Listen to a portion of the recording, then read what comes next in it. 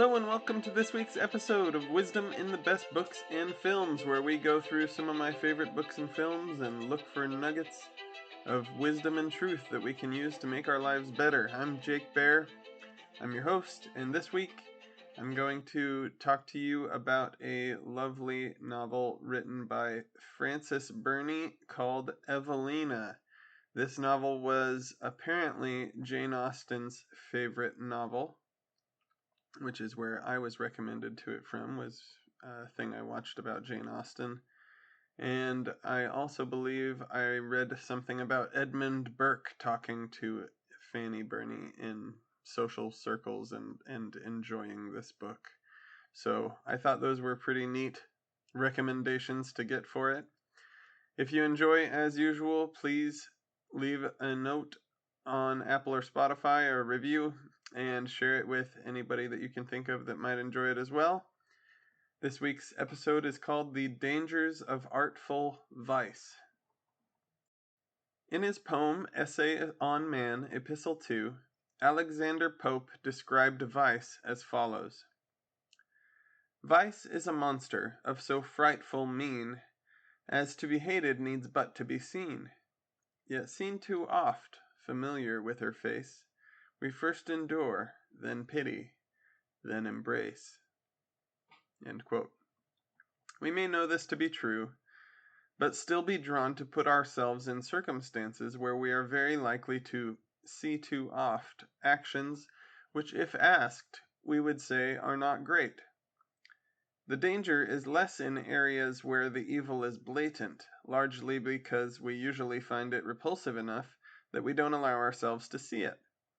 But things that are more on the edges, or things that claim to be well-intentioned, can often slowly worm their way into more and more of our time, until we are not mere observers, but participants. Frances Burney described the sharp contrast between obvious evil and the more nefarious evil cloaked as good in two characters in her novel, Evelina, or The History of a Young Lady's Entrance into the World.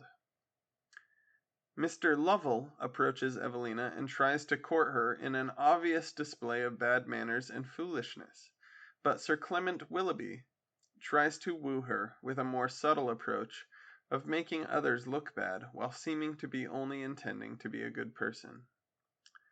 Evelina's adopted father rejoices in Evelina's rejection of both men, as follows, with a warning relevant to us about Sir Clement. Quote, the nobleman you met at the Pantheon, bold and forward as you describe him to be, gives me no apprehension. A man who appears so openly licentious, and who makes his attack with so little regard to decorum, is one who, to a mind such as my Evelina's, can never be seen but with the disgust which his manners ought to excite. But Sir Clement, though he seeks occasions to give real offence, contrives to avoid all appearance of intentional evil. He is far more dangerous, because more artful. But I am happy to observe that he seems to have made no impression on your heart, and therefore a very little care and prudence may secure you from those designs which I fear he has formed. End quote.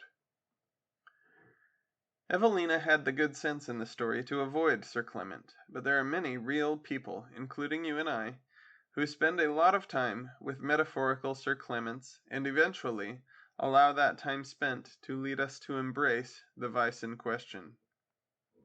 It might be a person, as with Evelina, or it might be that we watch movies that have more questionable morals in them than we think is great, but a little bit won't hurt. After all, we are adults. Then our spouse catches us using more foul language than we ever have in the past, and we realize maybe we have embraced some of the things we were viewing. That very specific and true example about language in movies shows us one of the best ways to avoid getting too far into vice. If we surround ourselves with good people and openly ask them to tell us when they notice us straying from a path of good, we will be more likely to nip these issues in the bud. Later in the Essay on Man, Pope describes it this way.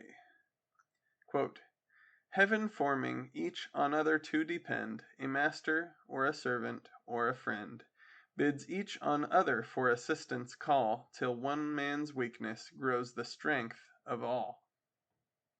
End quote. If we are willing to kindly point out issues in our friends and family, and to take correction from them as a compliment rather than as an insult, we will find that our lives are improved and we will feel more confident in our own worth. We will prevent the negative effects of artful vice by fixing them, by repenting, before they are able to worm their way into our soul.